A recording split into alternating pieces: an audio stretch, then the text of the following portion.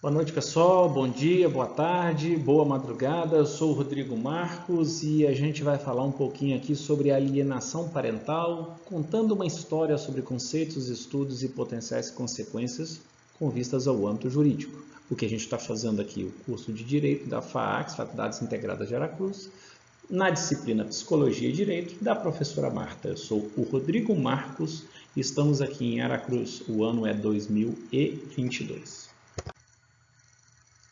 Pessoal, alienação parental, modalidade de violência psicológica que pode ser identificada no contexto das disputas de pais pelas guardas das crianças em tribunais de justiça. É amplamente utilizado em referências ao fenômeno da recusa em uma criança querer conviver com um dos genitores. Aqui no Brasil, nós temos a Lei 12.318 de 2010. Em seu artigo 2º, considera-se ato de alienação parental a interferência na formação psicológica da criança ou do adolescente promovida ou induzida por um dos genitores, que neste caso também pode ser um dos avós, ou mesmo alguma autoridade que tenha a guarda ou a vigilância daquela criança ou adolescente com você. E continua que a influência cause ou faça repudiar o genitor ou cause prejuízo ao estabelecimento ou à manutenção de vínculos com este. Temos o direito da criança na Convenção Internacional, no seu artigo 9º, que trata sobre o tema. Temos também na Constituição Federal o artigo 227 e lá no ECA o artigo 19. Frequentemente alegada em litígios conjugais e a possibilidade de ocorrência da alienação parental põe em risco o direito da criança e do adolescente à convivência familiar e comunitária. Desde a formação dos termos alienação e síndrome, isso datado de 80 e 90, o assunto tem se destacado nos tribunais não só do Brasil, mas de todo o mundo. Nós temos alguns exemplos aqui. Então, ganhou-se espaço para debates públicos, bem como políticos. As alegações de que a alienação parental tornaram-se muito mais frequentes nas varas de família, como nas varas também criminais. Mas, de toda forma, a alienação parental é uma forma de induzir na criança conceitos ou pré-conceitos contra outro genitor. Isso de forma bem superficial. Porque, de fato, há hoje até há conflitos na própria interpretação do que vem a ser a alienação parental. Existe o viés psicopatológico como um transtorno ou uma síndrome, ou seja, uma doença que a criança acaba por externar. Uma outra interpretação é que, na verdade, isso é uma forma de violência emocional ou psicológica perpetrada, nesse caso, pelo genitor alienador contra a criança. O problema é que ainda se está indefinido qual a melhor interpretação. Imagina nas consequentes ações disso. Quando você está de frente, por exemplo, a frases ou a sentenças ou a situações como essa: não me leve, eu não quero. Essa frase foi proferida num fórum da cidade do interior de Minas Gerais, onde uma menina grita e agarra-se a uma mesa para não ser retirada à força e ser entregue a um dos genitores. Falando agora do conceito inicial, ou seja, primeiro eu vou falar da síndrome, da doença. Isso foi descrito inicialmente pelo psiquiatra americano Richard Gardner, onde, nesse caso, uma doença acometeria crianças em separações conflituosas. Neste caso específico, os critérios que Richard Gardner utiliza acabam sendo critérios muito difíceis, porque ele pode entender que os sintomas apresentados pelas crianças são decorrentes apenas do processo de alienação envolto com a separação, mas também envolto com até o ambiente familiar que existia antes da separação e posterior à separação. como também pode ser também as consequências diretas relacionadas a somente o divórcio, ou ainda resultados de situações de maus tratos. Ou seja, para você, neste caso aqui, ter uma certa definição do que leva à doença, você tem ao menos 3 ou mais possibilidades da origem, sendo então muito difícil buscar o fato efetivamente, o nexo causal para se determinar que a criança tem uma síndrome. Aí, de fato, o que mais é considerado nesta teoria de Richard é a campanha de fato de depreciação contra o genitor promovida de forma injusta pela própria criança. Ele coloca que o genitor, neste caso, faz uma programação, faz uma lavagem cerebral na criança com o intuito de desvalorizar aquele genitor alvo da sua campanha. E é este conceito de 3 vertentes, do divórcio, do âmbito familiar, dos possíveis maus tratos, da influência que se põe depois do divórcio, a influência negativa que se coloca na cabeça de uma criança para com o outro, que de fato acabou influenciando a elaboração da lei já mencionada 12.318. Mas se os conceitos ainda não são tão claros, de fato, fica difícil você começar a analisar e dizer que as conclusões dos conceitos são ou não são as mais acertadas.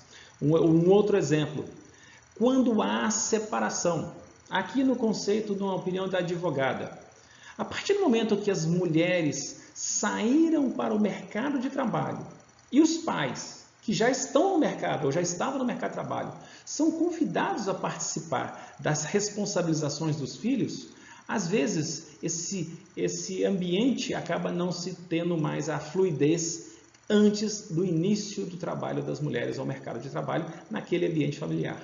E aí, decorrente da separação, há o divórcio. E quando há o divórcio, neste caso aqui, há uma alienação, começa a se aparecer a alienação. Se você não me quis mais como esposa, então você fica também sem filho. Neste caso, conectado com a teoria inicial, a advogada diz, possivelmente uma psicóloga inexperiente acaba, na sua entrevista, na sua constatação, colocar isso de forma explícita no laudo, pode vir a influenciar o juiz. E nesse caso aqui, o juiz pode muito bem suspender a convivência, ora que a criança estava com a mãe, passar para a convivência, então, do pai, suspendendo a convivência da mãe inicialmente. Esse é um dos lados da moeda. O outro lado da moeda, não ainda no mesmo lado da moeda, é a violência que isso causa.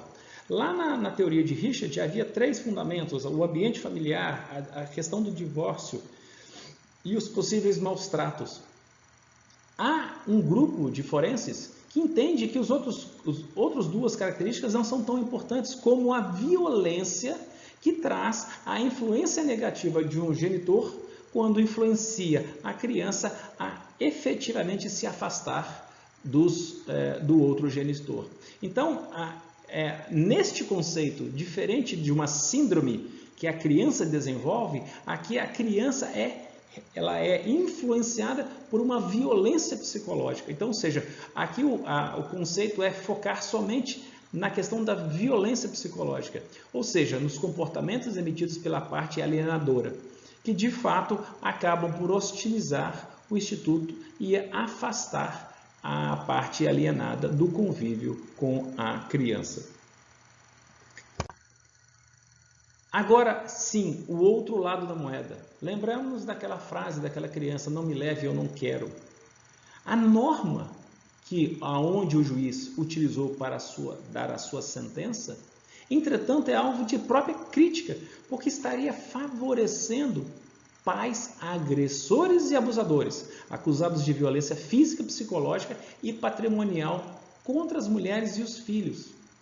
A lei inicialmente foi pensada por aquele movimento de pais separados que buscavam uma reaproximação de convivência, mas ao mesmo tempo A mesma lei, interpretada de forma diferente, ela pode estar favorecendo abusadores sexuais, porque de fato eles podem estar fazendo crimes como estupro de vulneráveis e criando um cenário fictício de que aquela pessoa, aquele outro genitor que está acusando o pai, por exemplo, de estupro de vulnerável, comece a ser alegada como uma alienadora contra o pai. Ou seja, de fato, aquele que está promovendo o estupro utilizar a lei em seu favor, alegando que a outra parte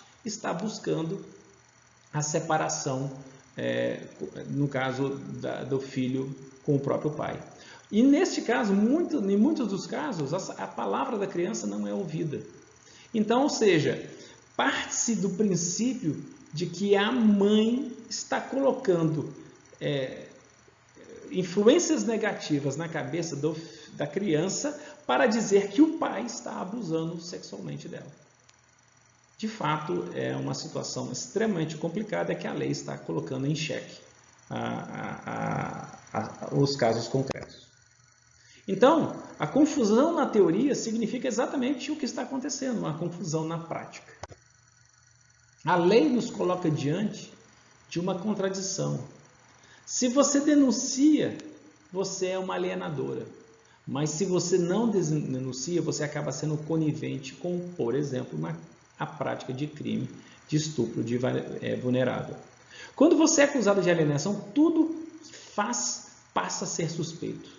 É minha voz, não tem mais credibilidade perante ao júri, perante a situação. Não há estatísticas nacionais sobre os processos de alienação parental que transmitam em segredo de justiça.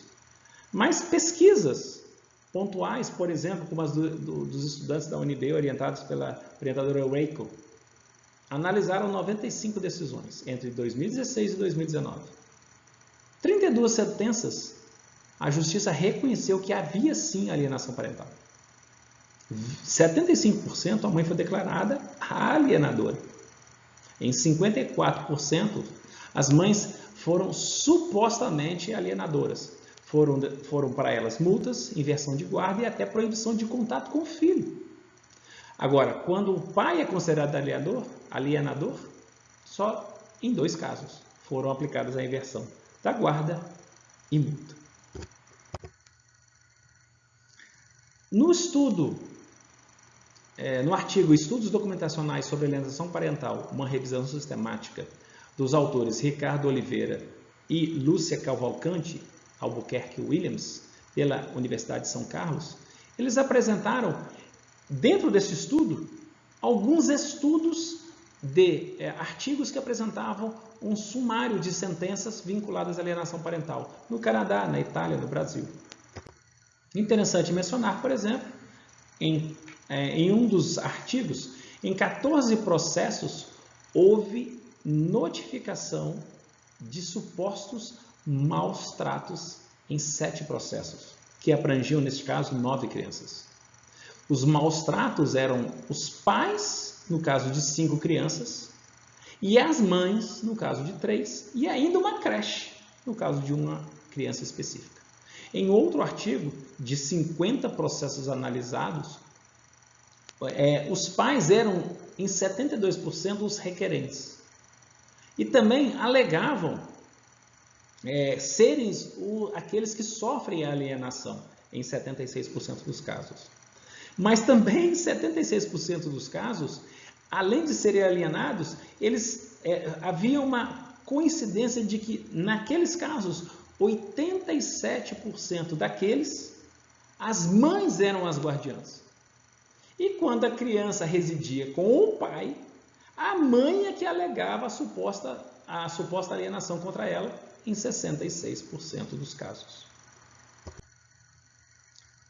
Nos estudos, foram identificados que um dos genitores era o primeiro a mencionar a ideia de alienação parental.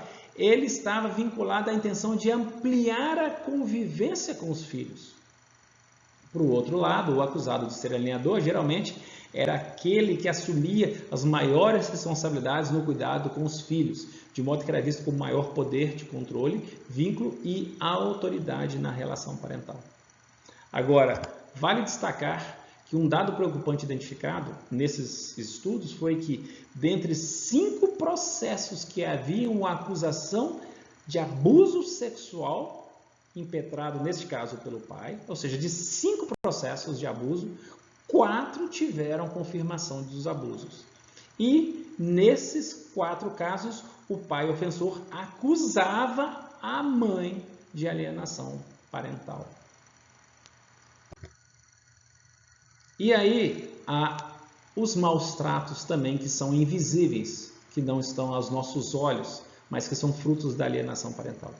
As crianças avaliadas desses relatórios apresentavam comportamento manipulativo com outros e com os adultos.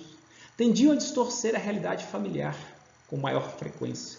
Demonstravam problemas de identidade, de desenvolvimento do seu eu, afetividade e ambivalente. E ainda, conforme aquele caso narrado do tribunal em Minas Gerais, insegurança em relação à convivência, com um dos genitores tendo medos e ansiedades ao saber que iriam encontrar com aquele genitor. Toda forma de maltrato deixa uma marca permanente. E ainda mais, agora vinculada ao próprio processo de análise da alienação parental. 50 processos analisados, 45 haviam laudos, outros 5 não. Também haviam profissionais que evitavam adotar o termo alienação parental ou mesmo a síndrome, apesar dos relatórios terem sido motivados para analisar demandas de alienação parental. E ainda, em outros 9 processos, outros 9 relatórios, os próprios profissionais que emitiam os relatórios usavam o desaconselhamento da expressão alienação parental justamente para tentar evitar que enrijecer o sistema familiar de regras de funcionamento que sustentam o conflito e que incentivam, na verdade, a postura dicotômica. Ainda como resultado dos estudos, foram percebidos pelos analistas que há 2 psicologias distintas, sendo uma se você está na vara da família, como outra se você está na vara criminal. Se você não está na vara da família, possivelmente homens podem ter mais voz e podem ser até as vítimas da questão da alienação. Agora, nas varas criminais, o homem geralmente não tem o seu testemunho desacreditado. Agora, pessoal, o ponto que tem que ser muito destacado. A alienação parental tem sido utilizada pelos psicólogos de tribunais como uma categoria que faz uma reconfiguração ou faz uma desconfiguração da categoria abuso sexual infantil. Ou seja, a alegação de abuso sexual infantil deixa de ser um agravante contra aquele denunciado de agressão e passa a ser um agravante para quem denuncia. Ou seja, você inverte o ônus da prova, podendo até, nesse caso, fazer uma vitimização da pessoa que está denunciando. E o Brasil, até o momento, é o único país que dispõe de uma lei de alienação parental na América Latina.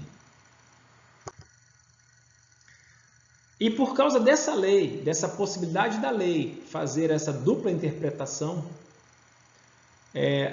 recente agora, novos ares sopraram no Congresso Nacional, conforme a agência da Câmara de Notícias. Em 19 de maio, foi aprovada a Lei 14.340, que altera a Lei de 2010 da Lei de Alienação Parental.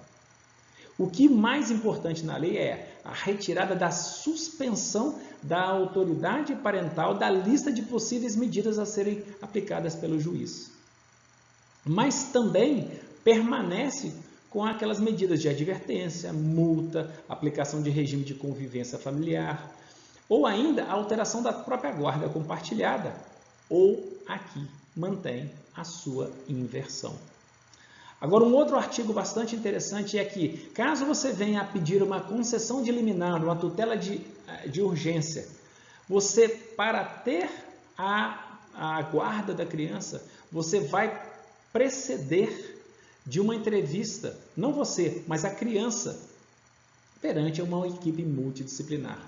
E que neste acompanhamento psicológico ou biopsicossocial deve ter avaliações periódicas com emissão de pelo menos um laudo inicial e um laudo ao final do processo de acompanhamento.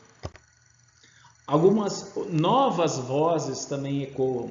Foi agora, em novembro de 22, no início de novembro, que peritos da ONU apelaram ao novo governo eleito do Brasil para que a lei, na verdade, não ser modificada, mas que ela seja extinta. E teve também, logo após a ONU, a OEA, que externou a sua opinião sobre frear o uso extensivo da síndrome da alienação parental para deslegitimizar as denúncias das mulheres, das violências contra a própria mulher ou contra os filhos e filhas. Então, o debate começou, ou na verdade, o debate engrossou com a ONU e com a EA junto ao Brasil. E continua, como vocês podem ver. Há temas de livros sendo lançados agora, a gente vai falar um pouquinho mais à frente. Há congressos federal de psicologia tratando do tema, porque, na verdade, há artigos que mostram que realmente a lei, como está, até com a recente modificação, ela ainda pode favorecer os abusadores, ela pode favorecer a pedofilia. Ou seja, ou ainda pode, de uma certa forma, o pai ser acusado injustamente em um outro caso. Indo para o final, pessoal, a gente convida a você, se gostou do tema, para você enriquecer também o debate. Aqui no Brasil foi lançado em 2009 um documentário que tem o título A Morte Inventada. Você consegue encontrar tanto o trailer que está nessa apresentação, quanto também o filme completo no YouTube. E agora, dia 30 de novembro de 2022, ou seja, alguns dias à frente, você terá o lançamento do livro Perdas Irreparáveis, Alienação Parental e Falsas Acusações de Abuso Sexual, da psicóloga Andréa Calçado, que vai ser lançado no Shopping Cassino Atlântico, em Copacabana, no Rio de Janeiro. A obra Perdas Irreparáveis é fruto da experiência da autora há mais de 20 anos em varas de família criminal e em seu consultório particular, acompanhando de perto a dor de quem vive o problema. O princípio da prioridade absoluta diz, como no nosso artigo 227, que a criança é a prioridade nacional. O foco deve ser sempre a criança.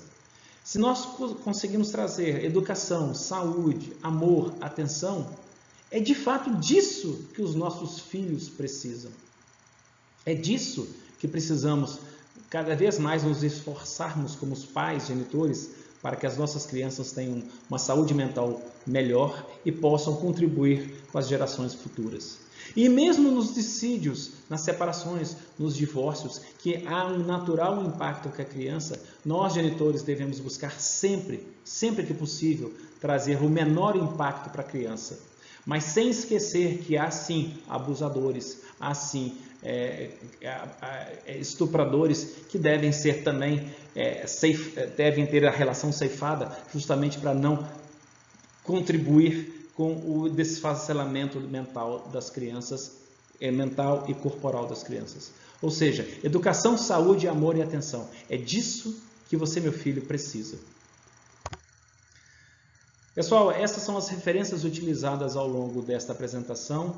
Eu sou o Rodrigo Marcos, mais uma vez agradeço a sua atenção, a sua colaboração e esperando que este trabalho possa contribuir também para o início dos estudos deste tema nos seus estudos, sejam de faculdade, sejam estudos particulares. Mais uma vez, obrigado, desejando uma boa noite, bom dia, boa tarde, boa madrugada. Obrigado e até a próxima.